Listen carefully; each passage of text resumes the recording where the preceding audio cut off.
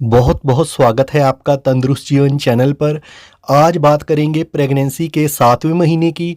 7वें महीने में गर्भस्थ शिशु कितना बढ़ चुका होता है, इस महीने क्या क्या लक्षण दिखते हैं, किन दिक्कतों से आपको परेशान होना पड़ सकता है, इस महीने आपको क्या नहीं करना है जो गर्भस्थ शिशु के लिए परेशानी का कारण बन सकता है, और इस महीने क्या करना फ़ायदेमंद है जिससे कि गर्भस्थ शिशु का प्रॉपर विकास हो और प्रेगनेंसी भी हेल्दी बनी रहे।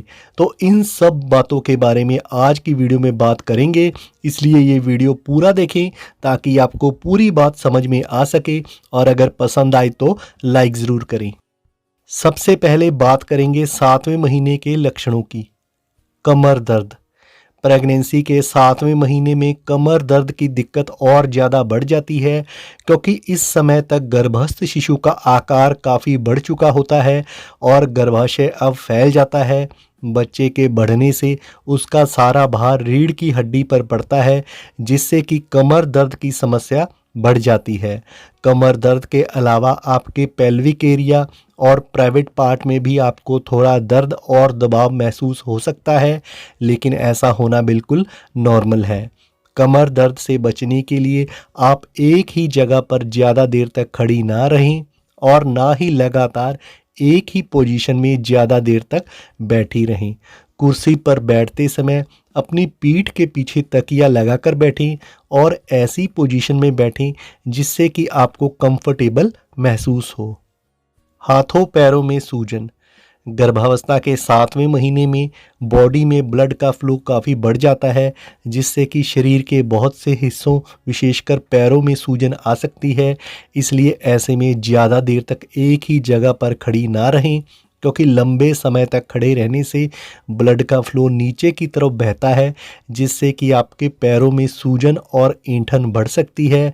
जब भी आप किसी कुर्सी या बेड पर बैठती हैं तो पैरों को लटका कर ना बैठें, ऐसा करने से भी सूजन और ऐंठन बढ़ सकती है। सोते समय आप पैरों के नीचे तकिया रख सकती हैं, इससे आपको पैरों में दर्द से आराम मिलेगा। दोस्तों, प्रेगनेंसी के इस महीने थोड़ी बहुत सूजन आना तो नॉर्मल है, लेकिन अगर आपके पूरे शरीर या चेहरे में बहुत ज़्यादा सूजन आ गई हो तो यह प्री एक्लेम्पशिया का लक्षण हो सकता है। ऐसे लक्षण दिखने पर तुरंत अपनी डॉक्टर से बात करें। Braxton Hicks contractions. प्रेगनेंसी के 7वें महीने में आपको ब्रैक्सटन हिक्स कॉन्ट्रैक्शंस महसूस हो सकते हैं, जिसे कि अभ्यास संकुचन या नकली लेबर पेन भी कहते हैं।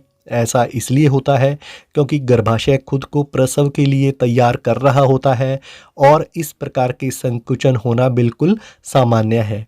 इस दौरान आपका पेट कुछ समय के लिए कड़क या सख्त हो जाता है और थोड़ी ही देर बाद सामान्य हो जाता है, और ऐसा होना बिल्कुल नॉर्मल है।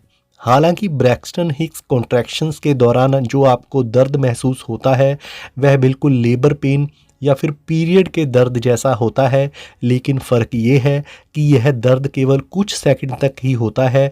यानी कि इस दौरान होने वाले दर्द भरे संकुचन 20 सेकंड से लेकर 1 मिनट तक रह सकते हैं, और कुछ ही देर में ये दर्द ठीक हो जाता है, या फिर जैसे ही आप अपनी पोजीशन बदलती है आपको दर्द से राहत मिलती है। जबकि असली लेबर पेन के दौरान दर्द की टाइमिंग लगातार बढ़ती जाती है और ये दर्द समय के हिसाब से भी तेज़ होता जाता है। स्तनों से रिसाव। इस महीने से आपके स्तनों से हल्के पीले रंग का रिसाव होना शुरू हो सकता है, जिसे कि कोलेस्ट्रम कहते हैं।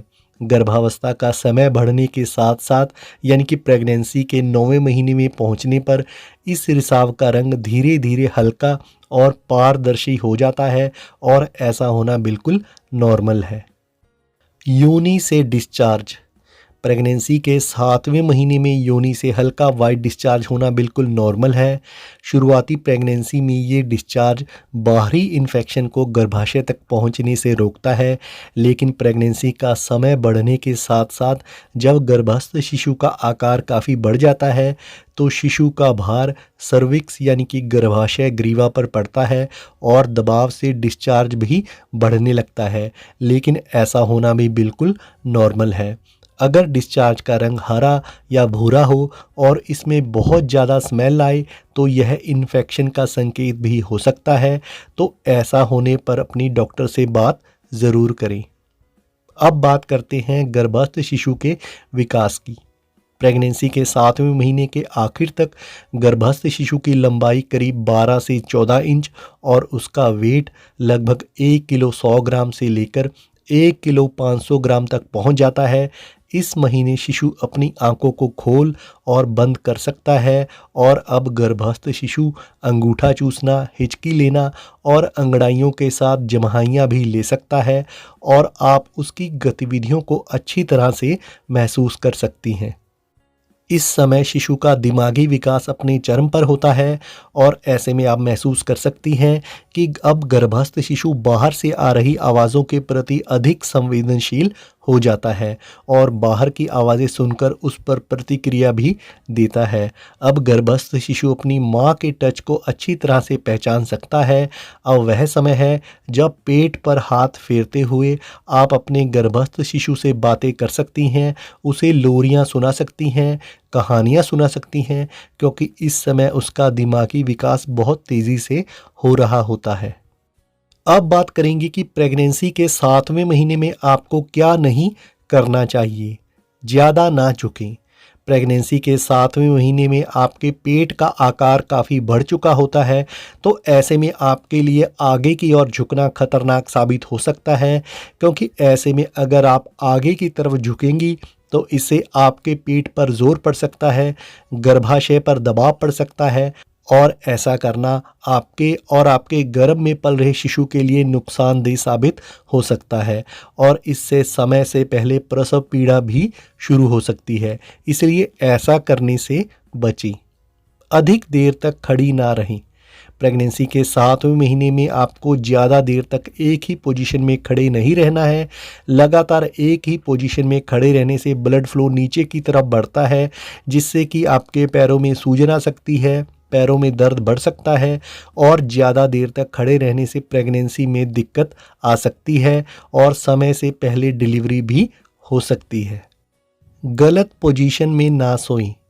प्रेगनेंसी के 7वें महीने में आपके सोने की पोजीशन भी बहुत मायने रखती है और जैसा कि मैं पहले भी आपको बता चुका हूं कि प्रेगनेंसी में हमेशा आपको बाईं करवट यानी कि लेफ़्ट साइड होकर सोना चाहिए, क्योंकि इससे प्लेजेंटा के ज़रिए गर्भस्थ शिशु को प्रॉपर ब्लड फ्लो और ऑक्सीजन मिलती है, जिससे कि गर्भस्थ शिशु का बेहतर तरीके से विकास होता है।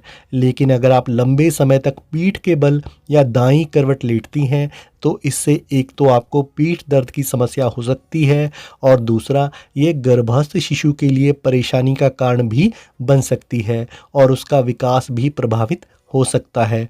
इसलिए हमेशा बाईं करवट होकर लेटें, क्योंकि ये प्रेगनेंसी में सोने की सबसे बेस्ट पोजीशन है। तनाव से बचें।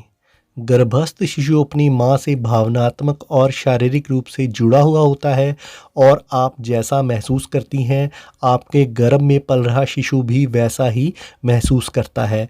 अगर गर्भवती महिला तनाव में होती है, परेशान होती है, तो इससे उसकी बॉडी में नेगेटिव हार्मोन्स रिलीज़ होते हैं, जिससे प्रेग्नेंट महिला को तो नुकसान होता ही है, साथ ही साथ उसके गर्भ में पल रहे शिशु के शारीरिक और मानसिक विकास पर बुरा प्रभाव पड़ता है।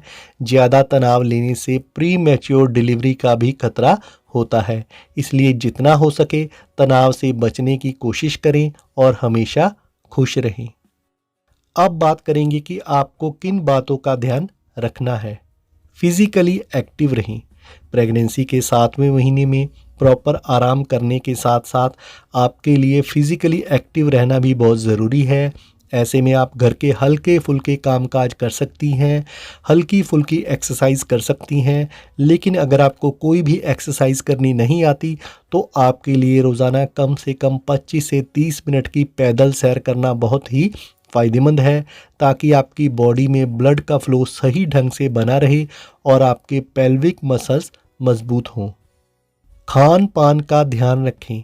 प्रेगनेंसी के 7वें महीने में आपको पहले की तरह ही पौष्टिक भोजन का सेवन करते रहना है और साथ ही साथ दिन भर में पर्याप्त मात्रा में पानी भी ज़रूर पीना है, ताकि आपकी बॉडी हाइड्रेट बनी रहे और आपको किसी भी किस्म की परेशानी ना हो। दोस्तों, प्रेगनेंसी के 7वें महीने में हल्की स्पॉटिंग, पेट में हल्का दर्द और उल्टियां होना नॉर्मल है, लेकिन अगर पीठ के निचले हिस्से में लगातार बहुत ज़्यादा तेज़ दर्द हो, पेट में असहनीय दर्द हो, प्राइवेट पार्ट में बहुत तेज़ दर्द हो या अधिक ब्लीडिंग हो, तो अपनी डॉक्टर से बात ज़रूर करें। वीडियो देखने के लिए आपका बहुत बहुत धन्यवाद।